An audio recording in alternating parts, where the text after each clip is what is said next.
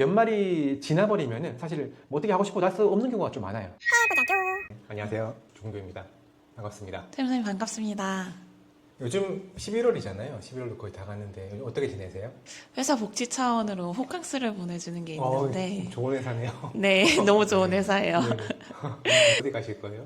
네, 호텔에 가서 맛있는 음식과 편안한 휴식을 취하려고. 부럽습니다. 네. 부럽네. 저희 회사는 세무법인이잖아요. 일반적으로 세무업계가 11월 달이 신고도 없고 제일 한가한 달이거든요. 네, 근데 저희 회사는 11월 달에도 여전히 좀 많이 바빠요. 왜냐하면 바로 가결산을 진행하고 있기 때문입니다. 가결산이 뭐예요? 가결산이라는 것은 결산하는 것 자체는 그 장부를 마감한다는 것이잖아요. 근데 가결산은 2024년 아직 끝나지 않았지만은 지금 시점으로 장부를 마감해서 중요한 정보, 예를 들어서 예상 세액이라든지 중요한 재무지표 이런 것도 확인해 보는 절차를 말합니다. 근데 가결산이 그렇게 중요한가요?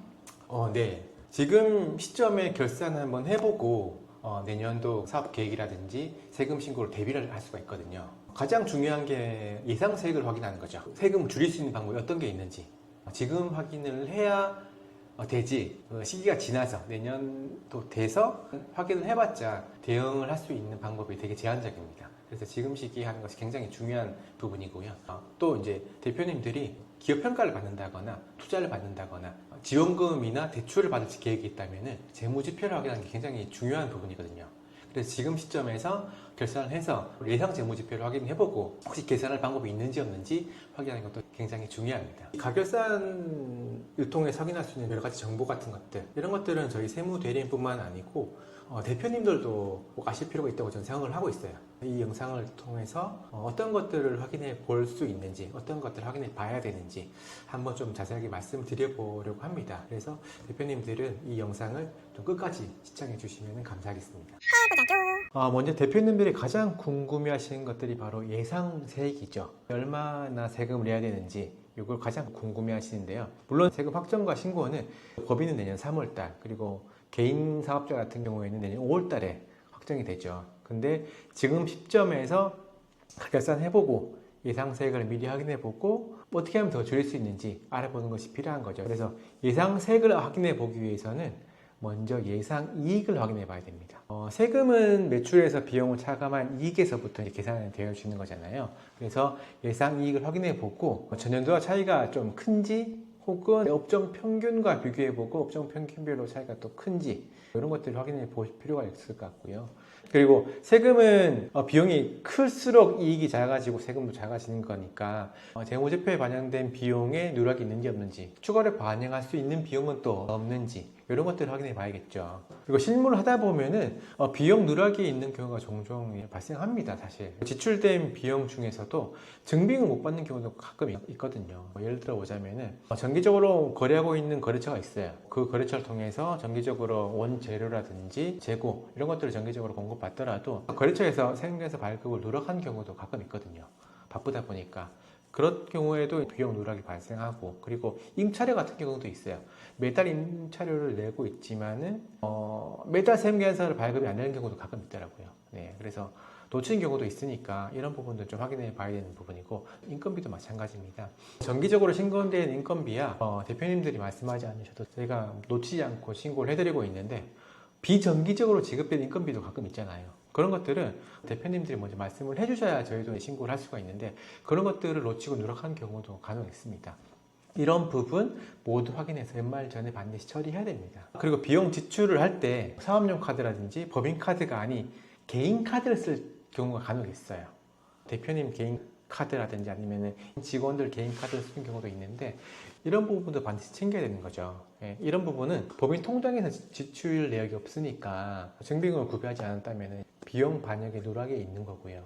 그래서 이런 증빙 같은 것들을 잊지 말고 챙겨 놓았다가 저희한테 전달해 주셔야 됩니다.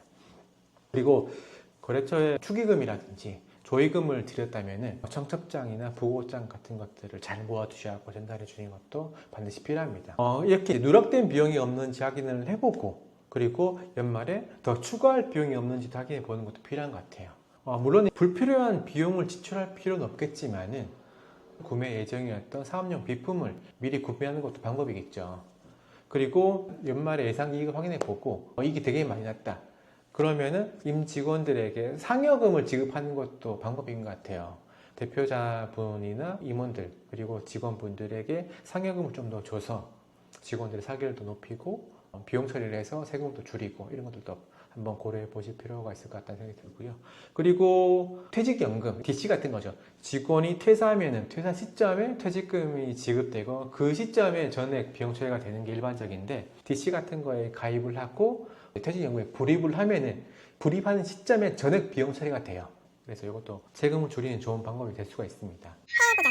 세법에는 여러 가지 세액 공제 감면들이 있는데 예를 들어서 고용 관련된 세액 공제도 있고요. 창업 감면이라든지 투자 관련된 공제도 있으니까 이 중에서 내년도 신고할 때 어떤 것들을 반영할 수 있는지 미리 한번 확인하는 것들도 필요한 것 같습니다. 그렇게 해야 절세를 잘 준비할 수 있는 것 같아요. 그리고 이미 과거에 적용받았던 세액 공제나 감면도 사후관리 규정이 있는 게 있어요. 예를 들어서 기존에 고용증대세액 공제를 받았다면은 고용 인원이 줄면은 기존에 받았던 세금을 토해내야 되니까 지금 시점에 고용 인원을 계산해 보고 줄였다면 추가 채용하는 것도 필요한 부분입니다. 그리고 기존에 벤처 감면을 받았다면은 벤처 감면은 5년 동안 감면이 적용되는 거잖아요. 5년이 되기 전에 벤처 인증 유효 기간을 확인해 보는 것도 필요한 것 같아요. 만약에 5년 되기 전에 유효 기간이 만료되면은 5년을 다 감면을 못 받는 경우도 발생하니까 유효 기간이 만료되기 전에 계속 갱신을 해줘야 되는 거죠. 그리고 또 통합투자세액공제를 받았다면 사업용 자산을 2년 내 처분하면 기존에 받았던 세액공제가 추징되잖아요. 사업용 자산을 2년 내에 처분하지 않도록 주의하는 것도 반드시 필요합니다. 여기까지는 예상세액을 좀 말씀드려봤고요. 그 다음에 확인할 부분이 바로 재무지표입니다. 내년도에 대출을 받는다거나 투자를 받는다거나 지원금을 신청한다거나 기업평가를 받는다거나 그러면 반드시 재무지표를 확인해 보셔야 돼요. 먼저 이익률을 확인해 보셔야 돼요. 매출 총 이익률도 있고 영업이익률 그리고 당기순이익률 여러 가지 이익률이 있는데 일반적으로 지원 기관에서 투자 기관에서 확인하는 것들은 바로 영업이익률이죠. 그래서 영업이익률이 잘 나오는지 반드시 확인해 보셔야 되는 거고요.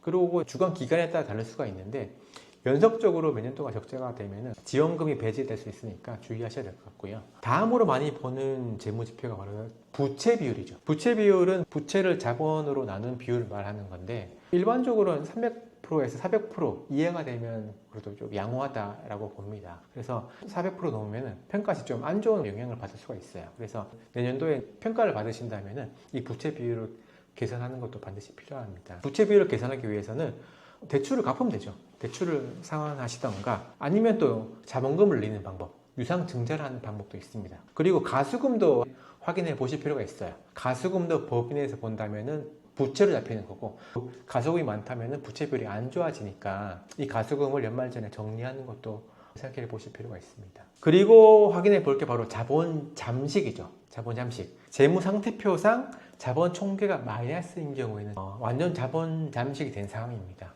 이거는 법인 사업자도 마찬가지고 개인 사업자도 마찬가지예요. 자본 잠식이 되면은 굉장히 불리해져요. 그래서 대출이 안 나온 경우가 굉장히 많으니까 자본 잠식을 미리 확인해 보시고 반드시 대비하시는 게 필요합니다. 자본 잠식이 예상이 된다면은 자본금을 늘려서 유상증자를 통해서 자본 잠식을 해결하는 것이 반드시 필요한 부분입니다. 다음은 법인 사업자 분들이 좀 더 중점적으로 아셔야 될 부분을 말씀드려 볼게요. 먼저 가지급금입니다. 가지급금은 보통 대표자분이 개인적인 목적으로 법인의 통장에서 돈을 마음대로 인출을 한 경우에 가지급금이 발생하고요. 그 다음으로는 법인 통장에서 돈이 나갔는데 이게 어떤 용도인지 모르는 경우가 많아요.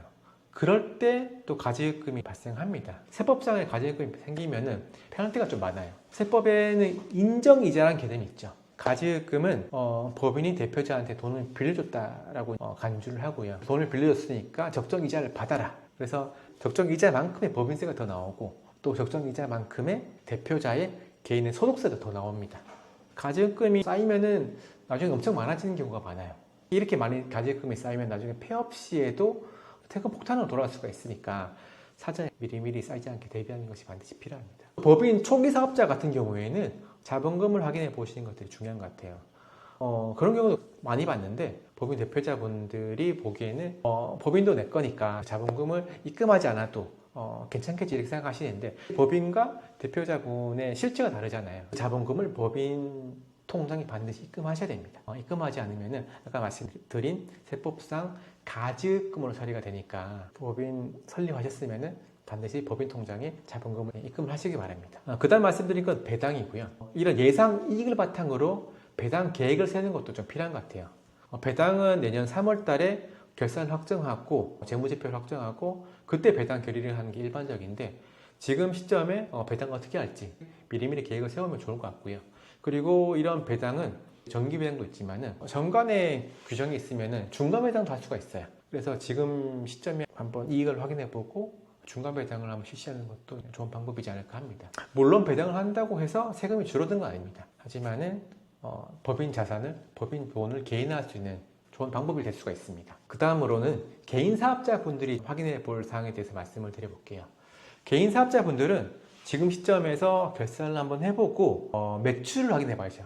업종별로 특정 기준을 초과하면은 성실신고 대상이 되는데 만약에 성실신고 대상이 되면은 나중에 세금 신고할 때 여러 가지 복잡해지죠. 통장도 잘 신고해야 되고 여러 가지 증빙도 잘 갖춰서 되게 성실하게 검증을 받아서 신고를 해야 되기 때문에 좀 번거로워지는 경우가 있습니다. 그래서 성실 신고 대상이 되기 전에 보통 법인 전환을 많이 고려하십니다. 만약에 성실 신고 대상이 되고 난 이후에 법인 전환을 한다면은 법인도 향후 3년간은 성실 신고를 해야 되기 때문에 되게 번거로워집니다. 그래서 지금 시기에 내 사업장이 성실 신고 대상인지 확인을 볼 필요가 있습니다. 그리고 현금영수증 발행 의무 업종이 있죠. 10만 원 이상이 되면은 현금영수증 발행 의무가 있는데 간혹 놓치신 분들도 많으시더라고요. 그렇게 놓치시면은 세법상 페널티가 되게 커요. 가산세가 20% 정도 되니까 상당히 큽니다. 그래서 현금 매출이 발생하신 경우에는 현금영수증 꼭 잊지 말고 발행하시기 바랍니다. 그리고 노란우산 공제 가입하는 것도 한번 생각해 보실 필요가 있을 것 같아요.